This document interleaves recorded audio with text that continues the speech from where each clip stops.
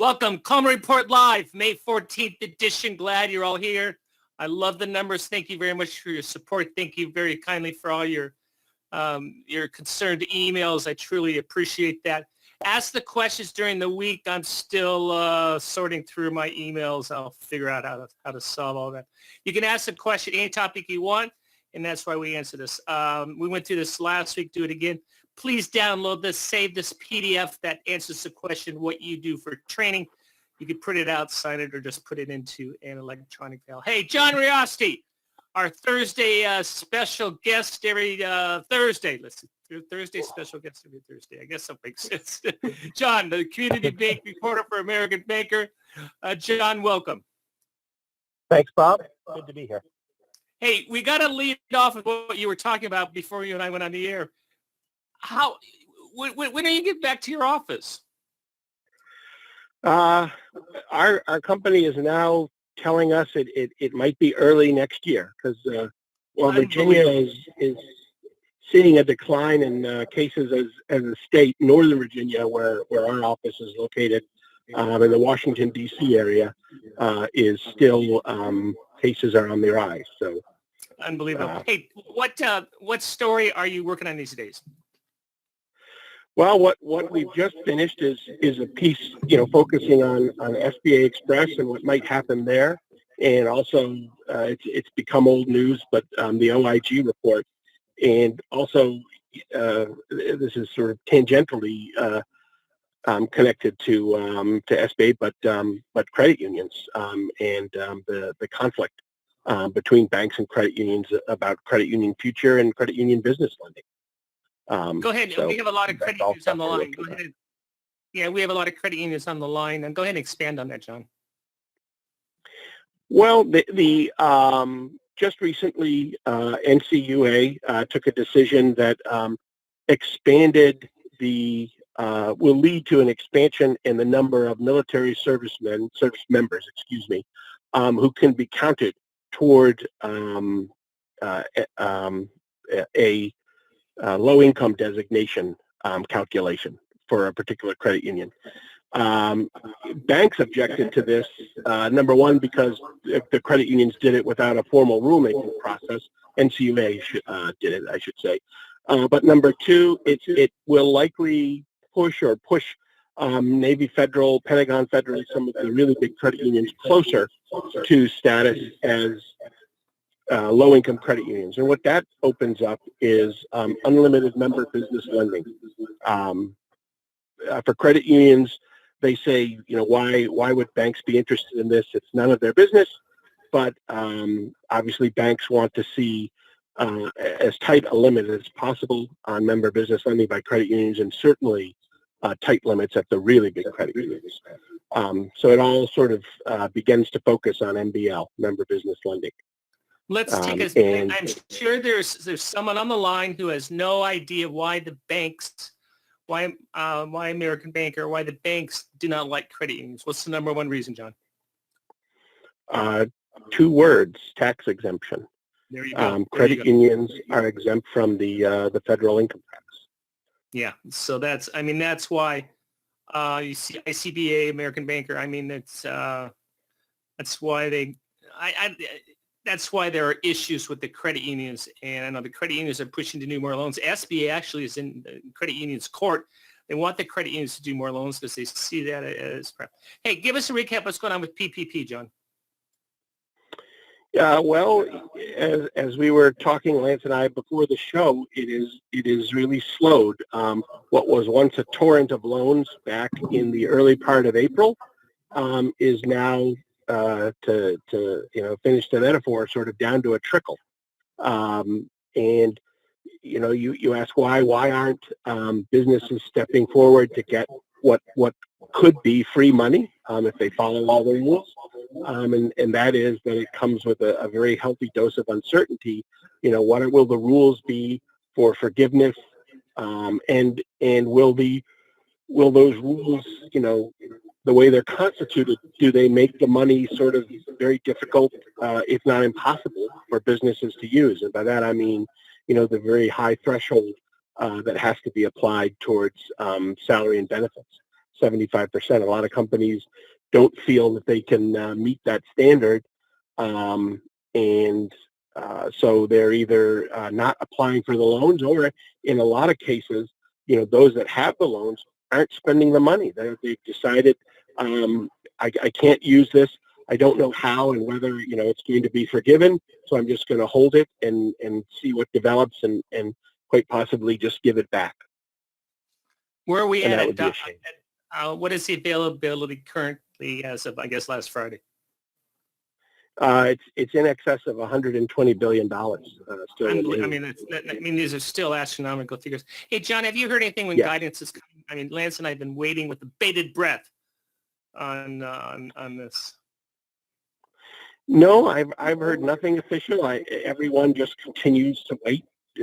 My breath is as bated as yours. And the only thing I saw that was interesting to me is AICPA, the certified CPA trade group has come out and put out a calculator, a forgiveness calculator, based on the information that's available and based on, they say, sort of unofficial consultations with Treasury and SBA. Interesting. So that is worth looking at. So I assume that's AICPA.com. That's the accredited CPA trade group. Yes, AICPA. Yeah, and that calculator, I believe, either yesterday or today, I think it was just today, they came out with the calculator, and they said they did it in consultation with both agencies, Treasury and SBA. Hey, let's go to we only have one poll question today. Let's bring it up. Should SBA Express be extended to $1 million, I guess, permanently, even though, that's what we're talking about. John, do you have a personal opinion about this? I'm sorry, Lance, do you want to jump in with this? Oh, I'm sorry, Bob. Bob didn't ask me, John, because he knows my opinion on this. Yes, I already know you. We already know $1 billion express fund. I think it would do a lot for the SBA lending community, Bob, to have $1 million SBA Express loans going forward. It's a quicker product, a little less detail. You can use all your own in-house forms in most cases. I think it would greatly encourage the velocity of SBA lending in 2021 if it stays at $1 million. No, you and I are all for that. I believe, first of all, you don't have to use it, right? You can still do a 500,000 7A. So, it just gives you additional flexibility. And John, that's going to be a budget item, and so that won't be resolved until 2021 budget, correct? Exactly. Although it's interesting to note that for the remainder of this year, it is $1 million. And, right. You can foresee a scenario sort of late summer into the fall where the economy begins to pick up, and regular SBA lending becomes more popular and more heavily used again. And all of a sudden, you might, towards the end of the fiscal year, run into a situation where they need a supplemental some type of supplemental authorization of funding, appropriation rather, because hopefully the economy will swing up, and people will want this money. And obviously the benefit of SBA Express is it comes without all the strings that are in PPP. You can use it for whatever you deem important as a business. Lance, in your shop, how long does it take to process an Express loan? Well, I'm just going to speak from all my experience with Express over the years. An Express loan is probably about 25% more efficient than a 7A loan in terms of getting it processed. But I do think that for the borrower, this has always been my opinion. The small business borrower wants to know, yes, I can get my money. That's the most important thing they want to know is when. How much and when? Yes. Yeah. If closing takes a few weeks, the borrower don't care. If getting an approval takes a few months, the borrower gets upset. So SBA Express, the nice thing is you can get the money to the borrower more efficiently than you can with the 7A or 504 product. And again, we need to, all of us need to remember from time to time, we need to give a 101 on this because there's people on the call who don't know what we're talking about. Express the advantages. Lance already mentioned it. You get to use your own forms. You service them as you do normally, liquidate them. And it's a 50% guarantee, right, Lance? 50% guarantee. Most of the other. There's one exception, which I'm a big fan of. Do you know what the exception is? Export Express. Export. Yeah, Export Express goes to 90%. Yeah, if the business has any export component, the Export Express can provide more of a guarantee. But it's a more efficient product to deliver to the small business owner. And if it stays at $1 million, I agree with John, as things start to open back up, $1 million express loan would be very impactful. Let's bring Katie into the conversation. Hi, Katie. Hi. So what's going on in Capitol Hill? We got some new laws being introduced? Well, there are two bills currently that have been introduced, one by the Senate and one by the House. They're essentially very similar bills, so I think only one of them will pass because it's kind of redundant to pass both of them. The first one I wanted to talk about was the one that's from the Senate, which they're calling the Equity and COVID-19 Recovery Act. This was introduced by Senators Ben Cardin and Cory Booker. And what it mostly focuses on is creating more opportunities for community development financial institutions and setting aside some money for them. They're suggesting about $10 billion for that. It's also going to set aside a certain amount of money for the smallest of businesses, though they haven't really said exactly what that number is going to be. That's very similar to the other act, which is the HEROES Act, which I'll talk about in a little bit. So it's going to focus more on helping opportunity zones and things like that. And this, I think, probably comes from some of the stuff we heard in the OIG report, where we needed to focus more on those smaller businesses and focus on helping them more, as the PPP program was not focused as much as they would have liked originally. John, do you see this legislation passing? There's certainly been a lot of talk about it. I agree with Katie. I think one of the bills, I think it will pass as one bill, and my guess is that maybe the HEROES bill is the one that will sort of come to the fore more. But yes, I see it passing. Katie, tell us about the HEROES bill. What is that about?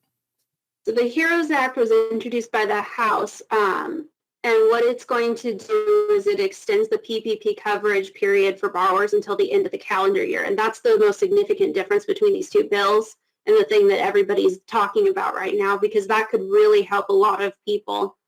It also, just like the other one, sets aside some funds for community lenders and smaller businesses. They've specifically said with 10 or fewer employees in this bill. And it's also going to require regular reporting from the SBA on specific demographics, industry sizes, etc. So this one's a little bit more specific, and I think this one's probably the one that is probably a little bit more favored in the industry and is getting a little bit more news coverage right now. Katie, are they proposing additional funding for this, or just they're tweaking the logistical process? This would give an extra $10 billion for economic injury grants, and then possibly additional funds, but they haven't really said exactly how much for PPP specifically. John, go ahead, Lance. The tiger in the closet in this bill is extending the PPP coverage period. I agree with that 100%. I don't think 8 weeks is realistic. But the question is, Bob, banks thought they were going to have a 1% note on the books for 8 weeks or 10 weeks or a short period of time. Extending the coverage period, how are the financial institutions across America going to feel holding 1% paper for a longer period of time? There's got to be something in this bill that addresses that. John, what is the PPP safe harbor? We're extending it to May 18th. What's that about?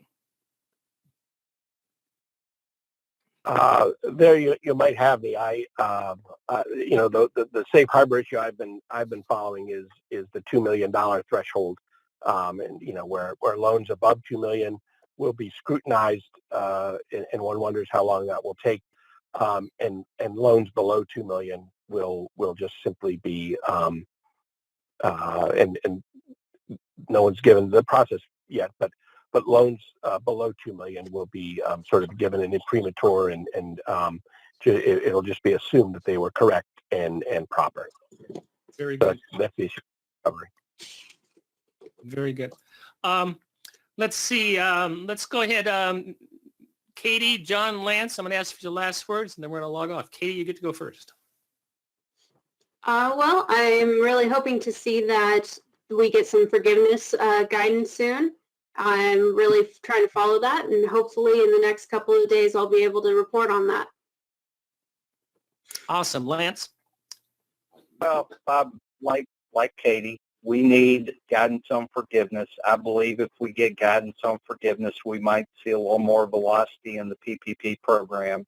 And the people who are actually, like John said, getting the PPP money will use it once they feel comfortable with the forgiveness guidance. So SBA, Treasury, give us forgiveness guidance. We still think we're going to get the guidance by tomorrow. If for some reason we don't, thank you all for, by the way, who registered for the webinar. It's going to be a great webinar. We will announce a new date. We'll probably go a week out, just to let you know. Obviously, we're not going to do the webinar without the guidance being issued. So we think it's going to be issued soon, but we will keep you in the loop on that. The other product we finished our franchise report. Please take a look at that, and that is now ready to rock and roll in order. Hey, John, you got the last word. Take it away. Well, everyone's talked about forgiveness guidance. I won't say anything about that. I'll just go back to SBA Express and the $1 million threshold.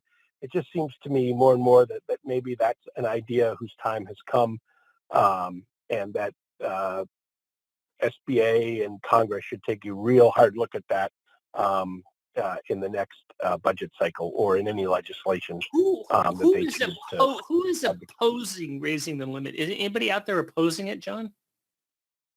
As far as I know, there's no one opposed to raising the limit. There have been some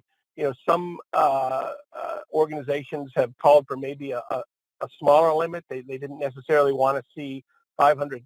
They talked about 500,000, but that was before the crisis. Right. So maybe their ideas have changed.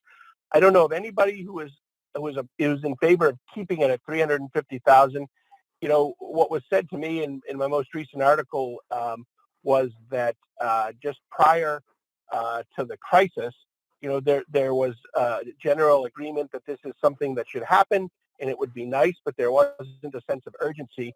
Now there's a sense of urgency going forward that this will be not only beneficial but really needed, and hopefully that will be made clear to both the agency. Well, it actually has. They've been pushing this for quite some time, but hopefully it's really, I guess, now in Congress's court. Great. That's So a great recap, John. Hey, John, we always appreciate you coming in and offering your insights. I think we will talk to you next Thursday. Katie and Lance, thanks for joining us, and we'll talk to you all tomorrow. Thank you very much. Okay. Have a good Thank you. afternoon.